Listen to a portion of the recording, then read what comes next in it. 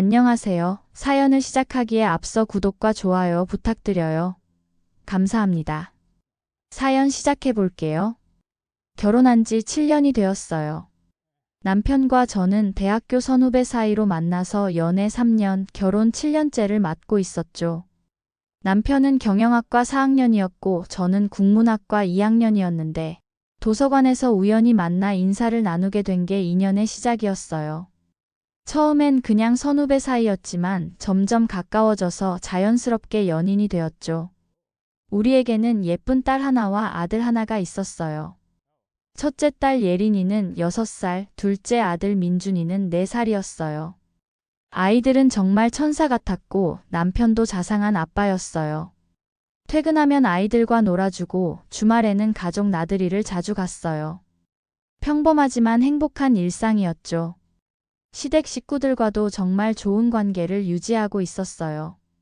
시어머님과 시아버님은 저를 친딸처럼 아껴주셨어요. 처음 시댁에 인사드릴 때만 해도 긴장했었는데 시어머님께서 따뜻하게 맞아주셔서 금세 마음이 편해졌어요. 시아버님도 무뚝뚝해 보이시지만 속은 정말 따뜻하신 분이셨어요. 명절이나 가족 모임 때마다 저희를 챙겨주시고 아이들 용돈도 넉넉히 주셨어요. 특히 시누이와는 나이 차이가 많이 나지만 진짜 친자매처럼 지내고 있었어요. 은지와는 첫 만남부터 썩 잘 맞았어요. 제가 처음 시댁에 인사드렸을 때 은지는 학생이었는데 수줍어하면서도 언니라고 반갑게 인사해줬어요. 시누이 은지는 남편보다 11살 어렸어요. 남편이 34이니까 은지는 23이었죠. 어린 나이지만 정말 성숙하고 착한 아이였어요. 시어머님이 늦둥이로 낳으신 딸이라 온 가족의 사랑을 독차지하며 자랐는데도 전혀 응석바지가 아니었어요. 오히려 남을 배려할 줄 아는 따뜻한 마음씨를 가진 아이였죠. 은지는 고등학교 때부터 공부를 정말 열심히 했어요. 특히 문학을 좋아해서 한국어문학과에 진학했어요. 시어머님께서는 은지 자랑을 정말 많이 하셨어요. 성적도 우수하고 성격도 착하다면서 동네 사람들에게도 자랑하시곤 했죠. 저에게도 은지는 정말 고마운 존재였어요. 제가 시댁에 처음 인사드렸을 때부터 저를 언니라고 부르며 따라주었고 아이들이 태어났을 때는 고모 역할을 톡톡히 해주었어요. 예린이와 민준이가 은지 고모를 정말 좋아했거든요. 은지가 오면 하루 종일 같이 놀아달라고 조르곤 했어요. 은지는 서울에 있는 대학교에 다니고 있었어요. 시댁은 지방이라 거리가 멀어 자취를 하고 있었어요. 시어머님께서는 딸이 혼자 사는 게 걱정되셔서 매달 용돈도 넉넉히 보내주셨어요. 그런데 몇 달 전부터 남편의 행동이 이상해지기 시작했어요. 처음에는 별일 아닌 줄 알았어요. 오빠가 동생을 챙기는 게 당연한 일이니까요. 하지만 처음엔 일주일에 한 번 정도였던 게 점점 자주 되더라고요. 일주일에 2번, 그 다음엔 사흘에 1번, 나중엔 거의 매일 밤마다 은지네 집에 가는 거예요. 남편은 보통 저녁 6시쯤 퇴근했어요. 평소 같았으면 아이들과 놀아주거나 저와 함께 TV를 보며 하루 있었던 일들을 이야기하곤 했는데 요즘은 저녁을 먹자마자 바로 준비를 하더라고요. 옷을 갈아입고 가방을 챙기는 모습이 마치 또 다른 일터에 나가는 것 같았어요.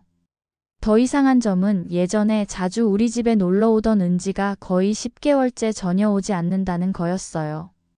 평소 은지는 한 달에 서너 번은 꼭 우리 집에 왔었거든요. 시어머님께서 반찬을 해달라고 부탁하시면 가져다 주기도 하고 조카들 얼굴 보고 싶다며 그냥 놀러 오기도 하고. 그런데 갑자기 연락이 뜸해진 거예요. 제가 전화를 해도 바쁘다고 하거나 몸이 안 좋다고 하면서 계속 미뤘어요. 목소리도 예전과 달리 힘이 없어 보였어요.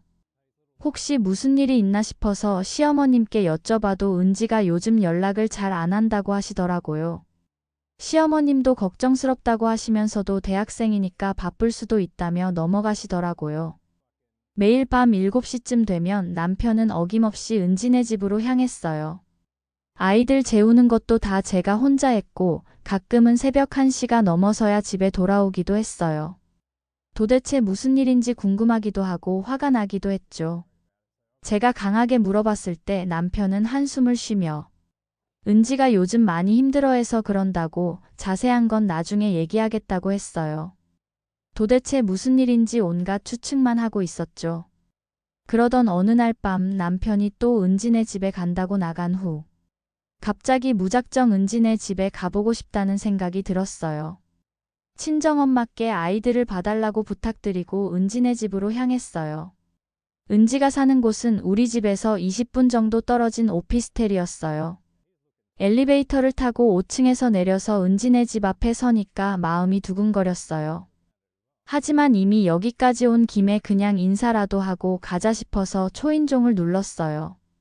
잠시 후 문이 열렸는데 놀랍게도 남편이 나왔어요. 남편의 표정은 굉장히 당황스러웠어요. 안쪽에서 은지의 목소리가 들렸고 뭔가 부산스럽게 움직이는 소리가 났어요. 그리고 잠시 후 은지가 나왔는데 깜짝 놀랄 일이 벌어졌어요. 은지가 아기를 안고 있는 거였어요. 그것도 태어난 지 얼마 안 돼 보이는 아기를요. 저는 순간 머리가 하얘졌어요. 당신들, 이게 뭐야? 이 애는 또 누구고? 지금 이게 무슨 상황인 거야? 제가 다소 흥분해서 말하자 남편은 깊은 한숨을 쉬며 일단 들어오라고 했어요. 은지도 어색한 미소를 지으며 어서 들어오라고 했어요. 집안을 보니 아기용품들이 여기저기 놓여 있었어요. 젖병, 기저귀, 아기 옷가지들. 명백히 이 아기와 함께 살고 있다는 증거들이었어요. 은지는 아기를 안은 채로 소파에 앉으며 눈물을 글썽였어요. 남편이 상황을 설명하기 시작했어요. 은지가 2개월 전에 아이를 낳았다는 것, 남자친구와 사귀다가 아이가 생겼는데 그 남자친구가 아이를 지우자고 해서 헤어졌다는 것, 부모님께는 아직 말하지 못했다는 것까지. 남편은 은지가 임신 사실을 알고 나서 자신에게만 말했고 처음에는 부모님께 말씀드리자고 했지만 은지가 너무 무서워해서 일단 아이를 낳고 나서 생각해 보자고 했다고 설명했어요. 그래서 매일 밤마다 은지 혼자서는 아이 키우기가 힘들어서 도와주러 온 거라고 했어요. 저는 아기를 바라봤어요. 정말 예쁜 아기였어요. 동그랗고 맑은 눈이 마치 은지를 닮은 것 같았어요.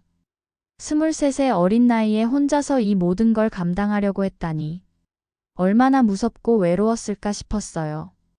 은지에게 아이 아빠와 연락이 되는지 물어봤더니 임신 사실을 말했을 때 책임질 수 없다고 하며 연락을 끊었다고 했어요. 작년 2학기부터 휴학했고 출산하고 나서 아이 돌보느라 학교를 못 다니고 있다고 했어요. 시어머님과 시아버님은 은지가 학교 잘 다니고 있는 줄로만 알고 계신다고 했어요. 저는 잠시 생각에 잠겼다가 은지에게 일단 우리 집으로 가자고 제안했어요.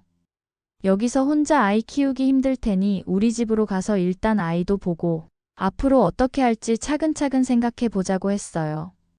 은지는 망설이며 부모님께 들키면 어떻게 하냐고 걱정했지만 언제까지 숨길 수는 없다고 설득했어요. 결국 우리는 아기용품들을 간단히 챙겨서 우리 집으로 향했어요. 집에 도착하니 친정엄마가 아이들과 TV를 보고 계셨어요. 저희가 아기를 안고 들어오자 친정엄마는 깜짝 놀라셨어요.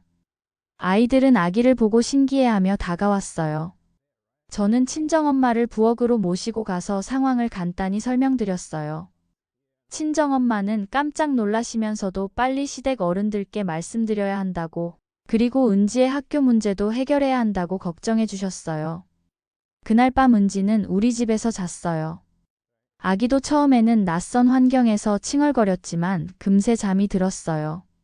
저는 남편과 오랫동안 대화를 나눴고 이번 주말에 시댁에 가서 모든 것을 털어놓기로 했어요.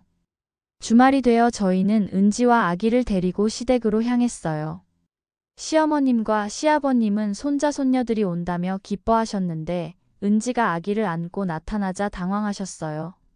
시어머님께서 이 아기가 누구 아기냐고 물으셨을 때 은지는 떨리는 목소리로 자기 아기라고 대답했어요. 순간 정적이 흘렀어요. 시어머님은 무슨 말인지 이해가 안 되시는 듯 했고 시아버님은 얼굴이 굳어지셨어요. 시어머님께서는 은지를 붙잡고 우시기 시작하셨어요. 어떻게 말도 안 하고 혼자서 아이를 낳았냐며 몸은 괜찮냐고 걱정해 주셨어요. 시아버님은 화를 내시며 도대체 누구 아이냐고 물으셨어요.